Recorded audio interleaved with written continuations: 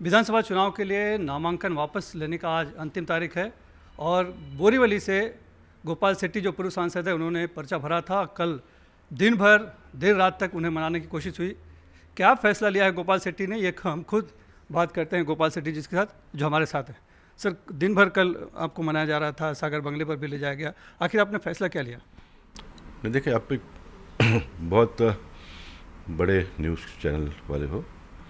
मेरा पहले दिन से अगर मेरे मुद्दे को आप देखेंगे तो मेरा एकदम लाइन एक ही था। पहले दिन से मैं जो कुछ भी कर रहा हूँ, मैं चुनाव लड़ने के लिए कर नहीं रहा हूँ, मैं चुनाव जीतने के लिए नहीं कर रहा हूँ, मैं पार्टी के लिए कर रहा हूँ।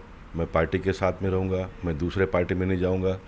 और एक बार ये भी कहा था कि मुझे अभी पार्टी के चुनाव से लड़ने को कहेंगे तो भी मैं नहीं लड़ूंगा। तो इसमें पूरी बात आ गई, मैं मानता हूँ। अगर मैं पार्टी के चुनाव चिन्ह पर भी अगर लड़ने के लिए मन बनाता तो मैं चुनाव लड़ने के लिए सब कर रहा हूँ, ये सिद्ध हो जाएगा। तो मेरा जो इतना लंबा जीवन का जो कैरियर था, पॉलिटिकल कैरियर और सामाजिक कैरियर, वो पूरा ख़त्म हो जाता था कि मैं चुनाव लड़ने के लिए सब कर रहा हूँ। मैंने जो कुछ भी किया, मैंने ये भी बात कहा बार बार कि मैं पार्टी के लिए कर रहा हूँ कि आगे ऐसा ना हो।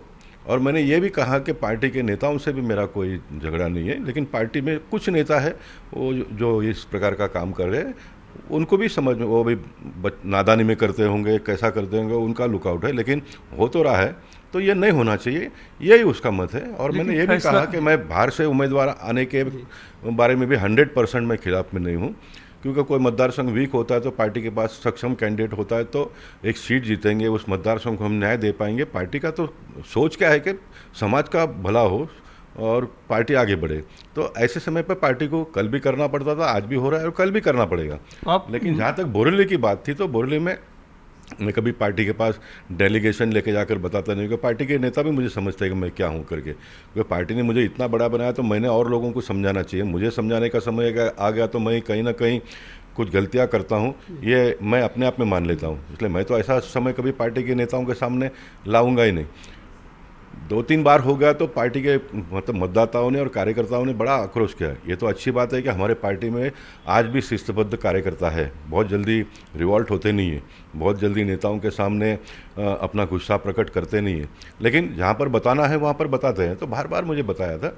और एक मेरे जीवन के अंत समय पर एक धब्बा मुझ पर ये न लगे कि ये सारा मेरे जानकारी में हो रहा है और इसमें मैं भी हूँ, ये नहीं होना चाहिए, ये नहीं होना चाहिए। और मैं बहुत खुल कर कहा था कि जब विनोद तावड़े जी को यहाँ पर लाया गया था पहली बार, उसमें मेरा इन्वॉल्वमेंट था।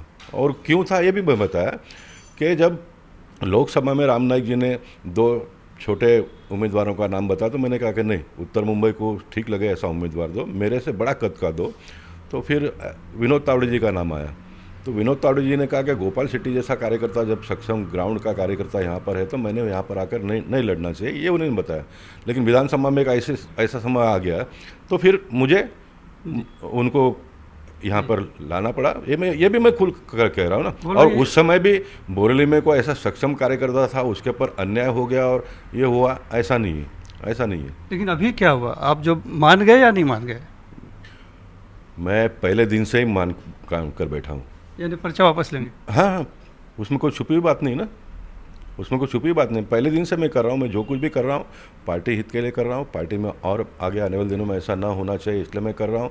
और मुझे गर्व इस बात का है कि ऐसा बहुत जगह पे होता है, लेकिन इतने पार्टी के नेता समझाने के लिए जाते हैं, ऐसा नहीं है। मेरे यहाँ पर किरीट सोमैया जी, रघुनाथ कुलकर्णी जी, विनोद तावड़े जी, 2-3 ये तीसरी बार आए हैं। राम नाईक जी देवेंद्र जी के पास जाकर 2 घंटा बैठकर उन्होंने भी बातचीत किया इस उम्र में। और परसों रात को 12:08 पर उन्होंने मुझे फ़ोन पे बात की। तो इन सारे लोगों ने, मैं पार्टी से अलग ना हूँ, मैं तो पार्टी से अलग होने वाला। मैंने ये भी बात बताई थी, पार्टी में से निकालना ये उनका काम है, पार्टी नहीं छोड़ना है मेरा काम है, ये भी मैंने कहा था। लेकिन इतना गंभीरता से उन्होंने लिया, ये मेरे लिए और अच्छी बात है, ऐसा मैं मानता हूँ। मतलब अभी जो संदेश था वो पहुंच गया, सुना गया, ये आपको अच्छा लगा? बस मेरा जो संदेश था वो पहुंच गया, इसमें सब कुछ आ गया। और अगर जाने अनजाने में मुझसे कोई गलती भी हुई होगी तो उसको मैं आने वाले दिनों में पार्टी के लिए सुधार लूँगा। तो किसी तरह का कोई आश्वासन आपको दिया गया है, आपने लिया है कुछ है? फिर मैं बात करूंगा कि मुझे ना लोकसभा के समय पर भी ये बात कहा था कि लोकसभा के समय पर आश्वासन दिया गया था, लोकसभा में भी मुझे कुछ आश्वासन दिया भी नहीं गया था, मैंने कुछ मांगा भी नहीं है। और इस बार भी इस बात को तो आप टीवी मीडिया के लोगों ने समझना चाहिए कि मैंने टिकट ही नहीं मांगा था, तो फिर मुझे टिकट नहीं दिया इसलिए तो ये लड़ाई नहीं था। मुझे लड़ाई ये था कि भाई चौथी बार यहाँ पर बोरेली का ही कैंडिडेट होना चाहिए, बाहर का नहीं होना चाहिए। और इस बात का मैं अभी आपको बता देता हूँ कि अब ये जो संजय उपाध्याय है, इसके ऊपर हम पार्टी और बोरेली की पूरी आचार संहिता लगाकर काम चलाएंगे आगे।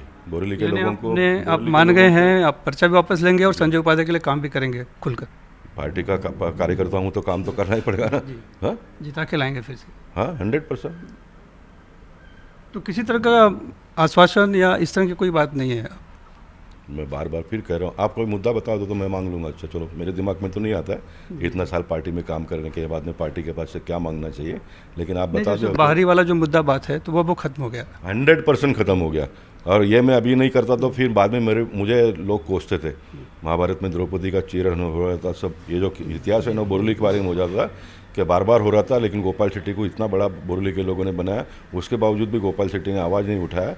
ये मेरे ऊपर एक बैड पैच लग जाता था, इसको मैंने ख़त्म कर दिया, ऐसा मैं मानता हूँ। लेकिन मैं अभी भी मानता हूँ कि इसके बाद में कभी भी नहीं होना चाहिए, इस मत का मैं नहीं हूँ। जैसे पीयूष गोयल जी आए यहाँ पर, परिस्थितियों पे निर्भर करता है। पीयूष गोयल जी यहाँ पर आए तो उसको हमने इसलिए भी एक्सेप्ट किया, मैं तो काम करता हूँ, लेकिन पीयूष गोयल जी का जो सोर्सेस है, जो उनकी ताकत है, मोदी जी के जितने वो क्लोज है, 4 उत्तर मुंबई के लिए बड़े प्रकल्प आ जाएंगे, तो मेरा तो मकसद वही है ना, उत्तर मुंबई अच्छा होना चाहिए।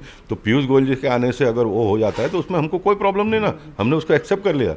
इसलिए मैं अभी भी ये लास्ट आपको बात बता देता हूँ कि बोरेली में इसके ही बाद में कोई आएगा नहीं, इस बात का कोई हम एग्रीमेंट नहीं कर रहे। बोरेली के इसके लिए होगा, सभी बातों को देखकर कभी वापस बहुत लंबे समय के बाद में कोई परिस्थिति आती है तो उसके बाद के लोगों ने उसको एक्सेप्ट कर लेना चाहिए, ये मैं एडवांस में कह रहा हूँ। तो जिन कार्यकर्ताओं के नाराज़गी पे आपने ये कदम उठाया था तो उनको आप समझाएं कि उनको ही मना लेंगे आप?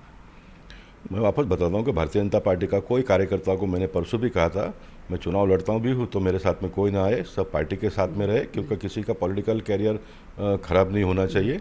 मेरी जो लड़ाई है वो एक मुद्दे को लेकर लड़ाई है, मेरी लड़ाई कोई बाकी तो पार्टी से मेरा कोई है ही नहीं। मैंने बार बार कहा कि भारतीय जनता पार्टी इससे अच्छी पार्टी कम से कम हम लोगों के लिए तो ये देश में भारतीय जनता पार्टी है ना।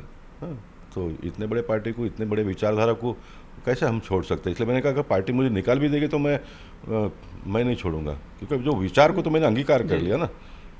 धन्यवाद हमसे बात करने के लिए। तो बड़ी बात यही है कि गोपाल शेट्टी मान गए हैं, अपना पर्चा वापस ले रहे हैं और ये बीजेपी के लिए बहुत बड़ी राहत की बात है बोरीवली में। मुंबई से सुनील सिंह, NDTV इंडिया के लिए।